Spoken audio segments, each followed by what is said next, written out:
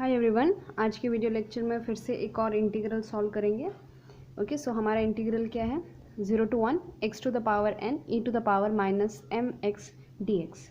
तो ये जो इंटीग्रल है n और m की किन वैल्यूज़ के लिए कन्वर्ज करता है, इसका कन्वर्जेंस हमें चेक करना है। ओके, सो ये किस टाइप का है? फ्रॉम a to b, जहाँ पे a और b फाइनाइट हैं, एफ एक्स डी एक्स, जहाँ पे एफ एक्स कोई पॉजिटिव फंक्शन है, और जब a और b में से कोई भी एक या फिर दोनों पॉइंट ऑफ इन्फिनाइट डिसकंटिन्यूटी होते हैं तो उस टाइप का एग्जाम्पल है। ओके, सो अगर a और b दोनों पॉइंट ऑफ इन्फिनाइट डिसकंटिन्यूटी हुए तो हम बीच में ब्रेक कर लेते हैं, और अगर a और b किसी एक पर हुआ तो हम उसको एज इट इज सॉल्व करते हैं, राइट।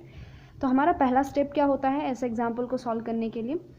पहला स्टेप है कि हमें पॉइंट ऑफ इन्फिनाइट डिसकंटिन्यूटी ढूंढना है। ओके, सो सबसे पहले चेक करते हैं क्या 1 पॉइंट ऑफ इन्फिनाइट डिसकंटिन्यूटी है। सो अगर मैं इसमें 1 डालूँ, okay, so 1 to the power n, n चाहे पॉजिटिव हो निगेटिव हो कोई फ़र्क नहीं पड़ता, क्योंकि यहाँ पे फंक्शन जो है इन्फिनाइट नहीं होगा। ओके, आप e to the power minus m रखो, मतलब x की जगह 1 रखो, तो भी यहाँ इस फंक्शन में कहीं भी इन्फिनिटी नहीं आता जब आप 1 रखते हो।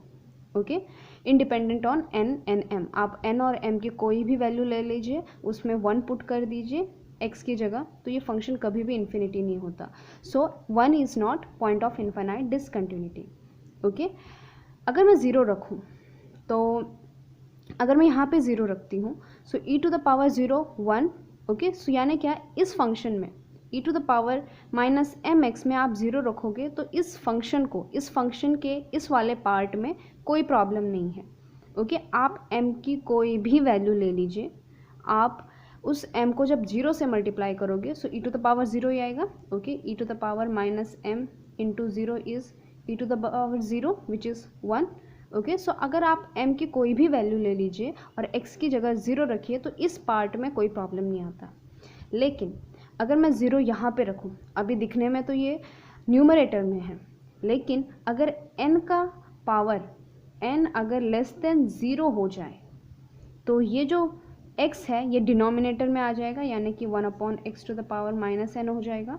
और इस केस में जब आप 0 को इसमें पुट करोगे तो ये टेंड करेगा इन्फिनिटी की तरफ, और 0 क्या बन जाएगा? Point of infinite discontinuity.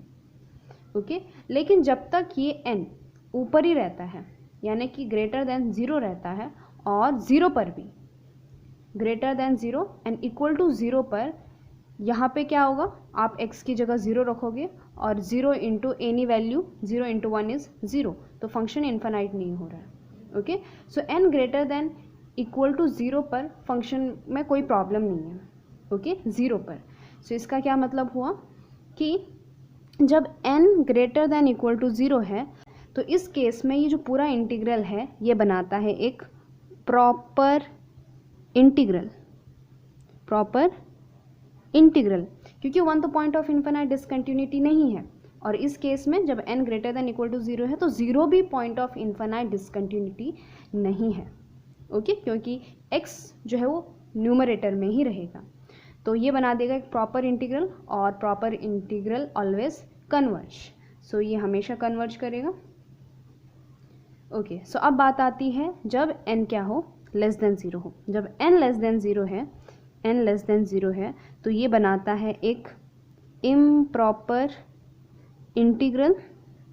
क्यों बना रहा है? क्योंकि 0 is point of infinite discontinuity. Okay, so जब n लेस देन 0 है तो उस केस में ये बनाता है एक इम्प्रॉपर इंटीग्रल, और 0 पॉइंट ऑफ इन्फिनाइट डिसकंटिन्यूटी है, तो इस केस में हम इसका कन्वर्जेंस और डाइवर्जेंस हमें चेक करना पड़ेगा, हम बता नहीं सकते। ओके, सो हम इसको चेक करेंगे बाय वेरियस जो भी हमने कंपैरिजन टेस्ट पढ़े हैं वो। ओके, सो पहला स्टेप क्या है कि हमारा f(x) क्या है, x to the power n e to the power minus m x। Okay, इसको हम लिख सकते हैं e to the power minus m x divide by x to the power n। ये होने के बाद हमें क्या चेक करना होता है? हमें चेक नहीं करना होता है, हमें ढूंढना होता है gx, कि हम gx क्या लें। ओके, फिर gx को ढूंढने के बाद हम क्या करते हैं? कंपैरिजन टेस्ट लगाते हैं। ओके, कि आप fx को gx से डिवाइड कीजिए, आपको क्या मिलना चाहिए? एक नॉन ज़ीरो फाइनाइट नंबर मिलना चाहिए। ऑलराइट, तो हमारा जो जी एक्स है वो मोस्ट ऑफ द टाइम ये एक्स वाला पार्ट होता है। जैसे इस केस में ये क्या है, e to the power minus x into 1/x to the power minus n. So हम इसी को जो प्रॉब्लम क्रिएट कर रहा है जिसकी वजह से हमें इन्फिनिटी वैल्यू आ रही है, मोस्ट ऑफ द टाइम वही हमारा जी एक्स होता है। ऐसा हमेशा नहीं होता, कई बार हमें जी एक्स अपने आप से अपने लॉजिक से दूसरा लेना पड़ता है, लेकिन इस एग्जाम्पल में यहीं पर हमारा जी एक्स दिख रहा है आपको। ओके, सो अब क्या करेंगे, हम एफ एक्स और जी एक्स को डिवाइड करेंगे। सो हमारा एफ एक्स को अगर मैं जी एक्स से डिवाइड करूँ तो क्या आएगा, ये वाला पार्ट और ये वाला पार्ट कैंसिल हो जाएगा, यानी कि e to the power minus m x divide by x to the power minus n, ये हमारा एफ एक्स है। अब पूरा डिवाइड कर रहे हैं हम by x to the power minus n, तो ये पार्ट कैंसिल। सो हमारे पास क्या बचा, e to the power minus x.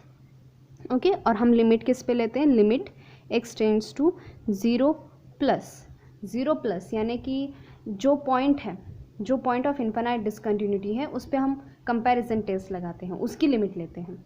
Okay, और ज़ीरो प्लस क्योंकि हम इसको राइट हैंड साइड से अप्रोच कर रहे हैं, पॉजिटिव साइड से। सो यहाँ पे क्या आएगा, limit x tends to zero plus, यहाँ पे भी क्या आएगा, limit x tends to zero plus. अगर मैं इसमें ज़ीरो रखूँ तो कितना आंसर आएगा, e to the power zero which is 1, और 1 क्या है, नॉन ज़ीरो फाइनाइट नंबर है। तो ये कंपैरिजन टेस्ट क्या कहती है कि अगर f और g कोई दो पॉजिटिव फंक्शन है और f x by g x limit x tends to a plus is equals to l, तो इस केस में क्या होगा, उसी लिमिट पर okay a to the b f d x and a to the b g d x, जो हमने नया फंक्शन कंसिडर किया है g डी एक्स, इन दोनों का नेचर सेम होता है, इन दो इंटीग्रल का नेचर सेम होता है। नेचर सेम होता है यानी क्या, दोनों या तो कन्वर्ज करेंगे या दोनों या तो डाइवर्ज करेंगे। ओके, सो ये चीज़ क्या इम्प्लाई करता है, दिस इम्प्लाइज कि a टू द b, मैं अभी a टू द b लिखूँगी, a to the b f x d x and a to the b g d x converge और डाइवर्ज टुगेदर। ओके, और f x d x तो हमें देखना ही होता है कि ये कन्वर्ज कर रहा है या नहीं कर रहा है, लेकिन किसकी मदद से हम पता करेंगे, इसकी मदद से। अगर ये कन्वर्ज कर रहा है तो ये भी कन्वर्ज करेगा, ये डाइवर्ज कर रहा है तो ये भी डाइवर्ज करेगा, और हम इंटरेस्टेड किस में है कि ये चीज़ कब कन्वर्ज कर रही है। ओके, सो फ्रॉम हमारा ए टू बी क्या है, 0 to 1, और जी क्या है हमारा, जी एक्स क्या था, 1/x to the power minus n d x. अब ये कब कन्वर्ज करता है, हमने पढ़ा है एन इम्पॉर्टेंट कंपैरिजन इंटीग्रल में, a से लेकर b के बीच में ये integral 1/x minus a to the power n is convergent if and only if n is less than 1, उसकी जो पावर है वो लेस देन 1 होनी चाहिए, तब ये कन्वर्ज करेगा। तो इसकी पावर यानी कि माइनस n जब लेस देन 1 हो उस टाइम पे ये क्या करेगा, कन्वर्ज करेगा। ओके, सो यानी क्या कि minus n is less than 1 और you can say n is greater than -1। Okay, तो तब ये क्या करेगा, कन्वर्ज करेगा।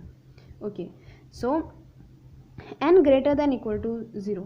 ओके, सो इसको समझते हैं, यहाँ से 0 मान लीजिए ये 1 है, तो ये कह रहा था कि प्रॉपर इंटीग्रल कब है, n greater than equal to 0। Okay, so ये -1 इस side n greater than equal to 0, 0 से लेकर यहाँ तक जितने भी ये n वैल्यूज़ हैं, यहाँ पे ये इंटीग्रल क्या करता है, कन्वर्ज करता है, क्योंकि ये इस केस में एक प्रॉपर इंटीग्रल बनाता है।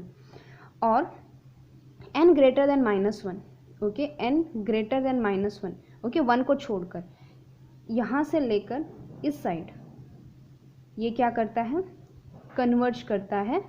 क्यों, मतलब इस केस में ये क्या था, ये एक इम्प्रॉपर इंटीग्रल था, और हमने बाय कंपैरिजन टेस्ट देखा कि इस केस में भी ये क्या कर रहा है, कन्वर्ज कर रहा है। तो टोटल मिला के क्या हुआ कि -1 से जितने भी ऑनवर्ड्स n वैल्यूज़ हैं यहाँ पे ये क्या करेगा, कन्वर्ज करेगा।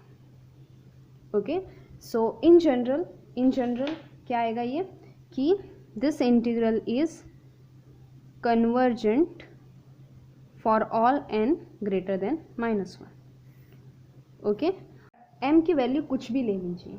Okay, so what ever the value of m में भी, ओके क्योंकि ये जो m है ये e के पावर में आ रहा है, ओके सो इसकी वजह से ये m पर इंडिपेंडेंट है, क्योंकि आप इस फंक्शन में 0 रखो 1 रखो कोई फ़र्क नहीं पड़ता, 0 से लेकर 1 की कोई भी वैल्यू रखो ये कभी भी इन्फिनिटी नहीं होने वाला है, आप m की कोई भी वैल्यू ले लीजिए, ओके सो m पर इंडिपेंडेंट है और n की किस वैल्यू पर ये इम्प्रॉपर इंटीग्रल कन्वर्ज करता है, for n greater than -1, okay अब इसी चीज़ को थोड़ा सा हम विजुअली समझते हैं, ग्राफिकली समझते हैं। अब अपने एग्जाम्पल को थोड़ा ग्राफिकली समझते हैं, ओके सो हमारा एग्जाम्पल क्या था, x to the power n e to the power -mx, तो मैंने यहाँ पे देखिए m की वैल्यू जो है 1 ली है, ओके और हम कह रहे थे कि n की वैल्यूज़ अगर -1 से बड़ी हो तो उस केस में हमारा जो फंक्शन है वो क्या करता है, कन्वर्ज करता है। सो ट्राई करते हैं x की वैल्यू जो है -1 लेकर, सो ये कितना आएगा, x to the power suppose 2 ले लीजिए, ओके सो 2 पर देखिए हमारा फंक्शन किस तरह से बिहेव कर रहा है, फ्रॉम 0 टू 1, अगर आप इसका एरिया देखो from 0 to 1 area under the curve ये क्या है, फाइनाइट है, ओके ऑब्वियसली ये फाइनाइट वैल्यू आ रहा है, सो इसका मतलब क्या हुआ कि हमारा इंटीग्रल जो है इस केस में कन्वर्ज कर रहा है। अगर मैं 1 लेती हूँ, सो